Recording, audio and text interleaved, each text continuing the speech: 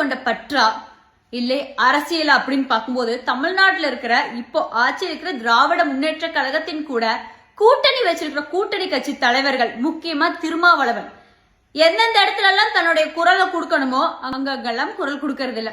முக்கியமா எந்த இடத்துல குரல் கொடுத்திருக்கணும், உங்க கூட்டணியில் இருக்கிற கட்சியை சார்ந்த ஒரு நபரால் 2 வயசு குழந்தை, பிஞ்சு குழந்தை, என்னன்னு உலகமே தெரியாத குழந்தைய கற்பழிச்சு கொண்டிருக்காங்க. எனக்கு பெத்த வயிறு பத்தி தெரியுது.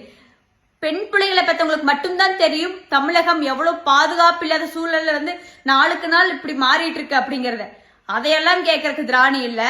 தலித் இளைஞரை கேட்கும் போதே மனசு பதறி போகுது. ஜனவரி கடைசியில் அது இன்னும் வெளில வரல. சமூக ஊடகங்கள்னால பல பேர்னால பேசப்பட்டங்காட்டிக்கு இப்ப மக்களுக்கு தெரிஞ்சிருக்கு. இத பத்தி கேட்க திராணி இல்ல. ரோட்ல இறங்கி போராட்டம் பண்ணிட்டு இருக்காங்க தூய்மை பணியாளர்கள், செவிலியர்கள், அரசு ஊழியர்கள், ஆசிரியர்கள்.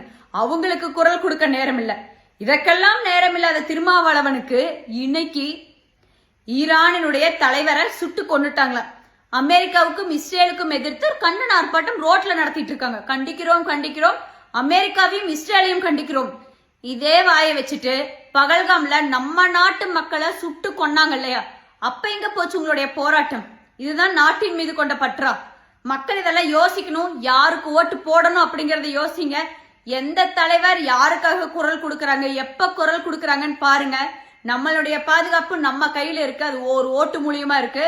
ஏன்னா உலகம் முழுக்க பாருங்க, எந்த பக்கம் திரும்பினாலும் குண்டு வெடிப்புகள் நடந்துட்டு இருக்கு. துபாயில கூட பாதுகாப்பு இல்லாத சூழல். ஆனா நம்மளுடைய ஒரு ஓட்டு மோடிஜியை கொடுத்துருக்குங்க. இன்னைக்கு சந்தோஷமா நான் நிம்மதியா உட்காந்துட்டு இருக்கேன் வீட்டுக்குள்ள, ஒரு வீடியோ பண்ணிட்டு இருக்கேன். நீங்க அதை நிம்மதியா வீடியோ பார்த்துட்டு இருக்கீங்க. நிம்மதியா நம்ம தூங்குறோம், நல்ல சாப்பாடு சாப்பிட்றோம், எந்த பயமும் இல்லாம நிம்மதியா நாட்டில் இருக்கோம். அப்படின்னா உங்களுடைய ஒரு ஓட்டு நம்மளுடைய பாரத பிரதமர் அவர்களை கொடுத்துச்சு. அந்த ஒரு ஓட்டு தமிழகத்துக்கும் நல்ல தலைவரை தேர்ந்தெடுக்கும்னு நம்புறேன். நன்றி.